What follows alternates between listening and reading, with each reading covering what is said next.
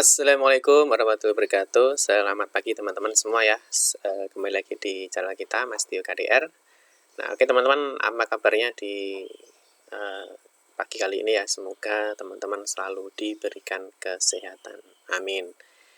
Nah, oke teman-teman, di kesempatan kali ini ya kita akan berbagi informasi kembali ya terkait mengenai PPDB atau penerimaan peserta didik baru, khususnya di jenjang SMA atau SMK Negeri se-Jawa Timur tahun 2021.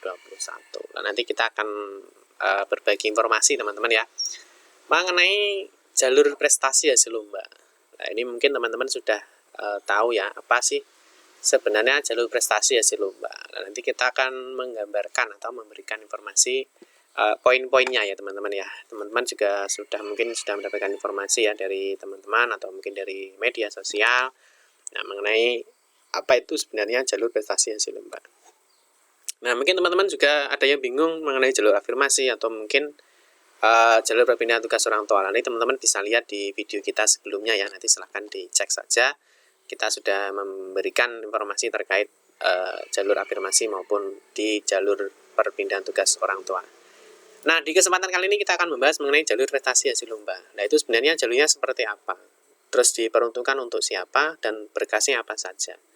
Nah, untuk itu teman-teman jangan kemana-mana ya, tetap pantau channel ini ya. Kita sarankan teman-teman jangan men-skip video ini ya, karena nanti takutnya ada informasi-informasi yang terlewatkan seperti itu.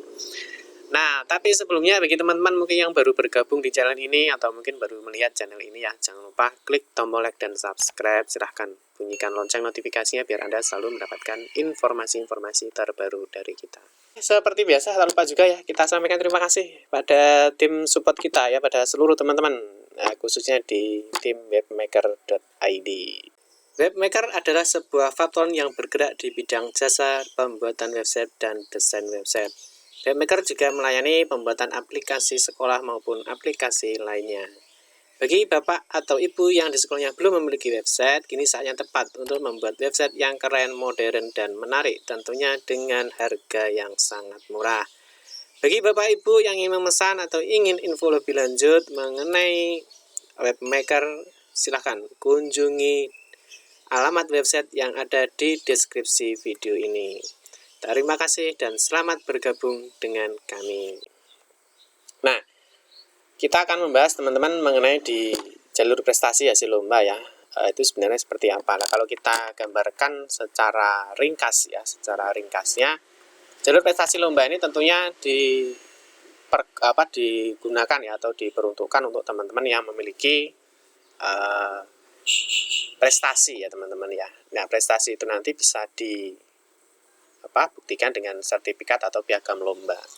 Nah, lombanya ini nanti teman-teman tentunya lomba itu ada lomba akademik maupun non-akademik. Nah, termasuk lomba itu juga ada yang berjenjang dan yang tidak berjenjang. Seperti itu. Jadi untuk jalur prestasi lomba. Nah, terus untuk minimalnya ya, kalau kita lihat di juknisnya untuk prestasi hasil lomba itu adalah minimal tingkat kabupaten atau kota. Ya, termasuk nanti bobotnya tingkat kabupaten atau mungkin tingkat provinsi ya, tingkat nasional dan juga internasional itu tentunya memiliki bobot yang berbeda-beda. Oke, kita mulai saja ya teman-teman. Ini gambaran awalnya. Jadi kalau kita lihat untuk jalur prestasi hasil lomba ya, kalau kita melihat di juknisnya ya, jalur prestasi hasil lomba itu diperuntukkan bagi calon peserta didik jenjang SMA atau SMK yang terdiri dari hasil lomba bidang akademik dan lomba bidang non-akademik ya, secara berjenjang atau tidak berjenjang yang diselenggarakan oleh instansi pemerintah atau swasta di tingkat kabupaten atau kota ya, tingkat provinsi, tingkat nasional, serta tingkat internasional. Nah, ini secara gambarannya untuk jalur prestasi hasil lomba. Berikutnya untuk kotanya teman-teman sudah tahu ya, jadi prestasi hasil lomba itu 5% ya, dari hasil bidang akademik 2%, dan prestasi hasil lomba non-akademiknya 3% dari pagu sekolah. Yang berikutnya dalam hal kota, jalur prestasi hasil lomba bidang akademik ya tidak terpenuhi, maka dapat dialihkan ke jalur prestasi hasil lomba bidang non-akademik dan sebaliknya. Ini kalau misalkan 5% dari 2 dan 3 ini tidak terpenuhi, nanti bisa dialihkan ya, mana yang terpenuhi terlebih dahulu. Berikutnya adalah dalam kuota jalur prestasi berdasarkan hasil lomba bidang akademik dan atau bidang non-akademik tidak memenuhi kuota, maka sisa kuota dimasukkan ke dalam jalur yunasi untuk jenjang SMA dan jalur prestasi nilai akademik untuk jenjang SMK. Nah, ini untuk kuota yang tidak terpenuhi nanti bisa dilihat di saat pengumuman teman-teman ya, apakah di setiap tahapan itu terpenuhi apa tidak kuotanya. Berikutnya, calon peserta didik baru pada jenjang SMA itu dapat memilih satu sekolah dalam zona atau luar zona yang berbatasan ya, sedangkan SMK itu dapat memilih satu kompetensi keahlian ya atau jurusan di dalam ataupun di luar zona. Nah, ini kalau pemilihan sekolah itu sama ya teman-teman ya, baik di jalur prestasi, baik di jalur afirmasi ataupun di jalur perpindahan tugas orang tua. Ya, itu sama ya, bisa memilih satu sekolah ataupun satu jurusan di dalam maupun di luar zona. Terus di sini teman-teman untuk prestasi hasil lomba bidang akademik dan atau bidang non akademik yang dimaksud. Nah, ini ya. Untuk prestasi hasil lomba bidang akademik yaitu terdiri dari pengetahuan dan teknologi ya, yang terdiri dari ini ya, OSN, terus OLSN atau OPSI, KSM ya, kompetisi robotika dan sebagainya. Terus untuk prestasinya yang di non akademik ya teman-teman, itu ada bidang seni ya, seni ada festival lomba seni. Ini ya, prestasi bidang seni adalah festival dan lomba seni siswa nasional atau FLS 2N. Termasuk juga ini yang non akademik ya, ada prestasi bidang di olahraga ya, misalkan di PON, OS2N, Porprov, Popnas dan sebagainya. Nah, termasuk yang di non akademik itu juga ada bidang keagamaan ya, misalkan Musabaqah Tilawatil Quran atau MTQ. Misalkan hafiz Quran. Nah, ini kalau hafiz Quran nanti juga ada nilainya, ada bobotnya ya. Jadi yang hafal berapa juz itu nilai atau bobotnya berapa. Termasuk prestasi bidang pramuka. Ini mungkin teman-teman yang SMP-nya suka pramuka ya. Nah, ini minimal adalah jamburi nasional ya, tidak boleh pramuka yang di tingkat-tingkat daerah ya, minimal adalah jamburi nasional atau Jamnas. Atau prestasi lomba bidang akademik lainnya. Ya. Terus prestasi hasil lomba dalam hal ini ya dibatasi dengan ketentuan ini ya, diprioritaskan bagi calon peserta didik baru yang memiliki prestasi pada kategori perorangan atau individu. Nah, ini prioritasnya adalah yang tidak kelompok atau individu. Jadi yang juara 1, juara 2, juara 3, ini yang individu atau perorangan. Nah, jika pada angka 1 ini ya tidak terpenuhi, maka seleksi dapat dilakukan pada peserta didik yang memiliki prestasi kategori bergu atau kelompok. Nah, ini kalau misalkan tidak terpenuhi teman-teman ya, kalau misalkan tidak terpenuhi di kategori perorangan atau individu, nah teman-teman ini yang kelompok atau bergu ini bisa ikut seleksi di jalur prestasi lomba ini.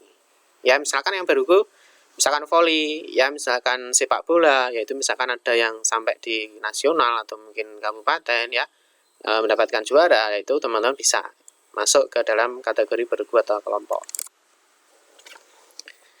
Berikutnya, adapun prestasi yang bersifat bergu ya, bergu atau kelompok itu yang diterima dalam satu pendidikan atau dalam satu sekolah itu tidak boleh melebihi 2 orang dari setiap jenis perlombaannya. Misalkan voli ya, voli biasanya ada berapa ya, 6 orang ya. Nah, itu tidak bisa diterima semua dalam satu sekolah. Tapi dalam satu sekolah itu bisa diterima maksimal 2 orang ya di setiap jenis perlombaan. Katakanlah saja misalkan lomba sepak bola, kan ada berapa pemainnya? 12 atau berapa ya? 12 ya. Nah, itu tidak mungkin diterima semua, yang diterima adalah maksimal 2 orang. Itu untuk jalur prestasi hasil lomba. Verifikasi dan legalisasi sertifikat atau piagam dilakukan oleh kepala sekolah asal. Ini nanti yang verifikasi apakah asli atau tidaknya. Apabila dalam sertifikat tidak tertulis jenjang lomba ya, maka harus dilampirkan surat keterangan dari kepala sekolah asal tentang jenjang lombanya. Ini lombanya jenjang apa ya? Seperti itu. Nah, prestasi, nah ini yang terpenting teman-teman. Prestasi diperoleh pada saat calon peserta didik bersekolah di tingkat SMP atau sederajat. Nah, ini tidak boleh ditawar. Misalkan Pak, saya dulu juara di SD, saya juara di MI ya, tidak bisa digunakan ya teman-teman. Jadi prestasinya itu digunakan saat yang didapat ya atau yang diperoleh saat tingkat SMP atau sederajat. Nah, ini yang sangat penting. Pemalsuan bukti atau prestasi sebagaimana dimaksud pada huruf H dikenakan sanksi sesuai dengan peraturan perundang-undangan. Ini jelas ya. Jadi pemalsuan data, manipulasi data itu tentunya akan melanggar hukum, tentunya akan mendapatkan sanksi. Nah, itu mengenai jalur prestasi hasil lomba teman-teman ya. Terus kalau kita lihat sedikit mengenai dari bobotnya ya. Jadi untuk jalur prestasi hasil lomba, kalau kita lihat teman-teman, bobot atau scoringnya itu juga menentukan ya. Jadi termasuk ke dalam peringkatan. Nah, ini untuk pensekoran ya teman-teman bisa dilihat sendiri ya untuk juara 1 ya. Nah, ini juara 1. Ini untuk jenjang individu ya, juara 1 itu untuk tingkat kabupaten dan kota ada 16. Juara 2-nya 8, juara 3-nya 4. Nah, ini yang untuk tingkat kabupaten. Ini yang provinsi, nasional, juga internasional. Ini yang bergu, ya ada dia individu yang bergu. Nah, teman-teman nanti bisa melihat bobotnya. Ya, seperti ini. Ini nanti kalau digunakan untuk dasar peringkingan atau scoringnya. Ya. Jadi seperti itu teman-teman ya, ini mengenai jalur prestasi lomba. Termasuk yang khusus hafiz Quran ya, skornya misalkan jumlah juznya berapa. Misalkan hafal 5 sampai dengan 9 juz, ini skornya 16. Kalau yang hafal semuanya 30 juz itu mendapatkan 128. Nah, untuk sertifikat dikeluarkan oleh pondok pesantren atau lembaga Tahfidzul Quran dan dilegalisir oleh kantor Kemenak Kabupaten Kota. Ini untuk hafiz Quran ya, yang mungkin dia hafal. Nah, itu nanti hafalnya berapa juz. Itu nanti istilahnya dibuktikan dengan sertifikat yang dikeluarkan oleh pondok pesantren atau lembaga Tahfidzul Quran. Oke teman-teman, itu sekilas mengenai jalur prestasi lomba ya. Semoga teman-teman bisa memahami ya, semoga bisa menambah pengetahuan ya terkait dengan jalur prestasi lomba. Nah, di kesempatan berikutnya kita akan membahas mengenai jalur prestasi nilai akademik. Nah, ini yang kuotanya banyak ya teman-teman ya. Nilai prestasi akademik ini yang banyak di SMK. Nanti kalau di SMA itu di jalur yonasinya. Seperti itu teman-teman. Semoga bisa dipahami ya dan semoga bermanfaat. Terima kasih yang sudah menonton video ini. Mohon maaf jika ada salah-salah kata dalam memberikan informasi dan penjelasan. Kita berjumpa kembali di video-video berikutnya. Saya akhiri. Wassalamualaikum warahmatullahi wabarakatuh.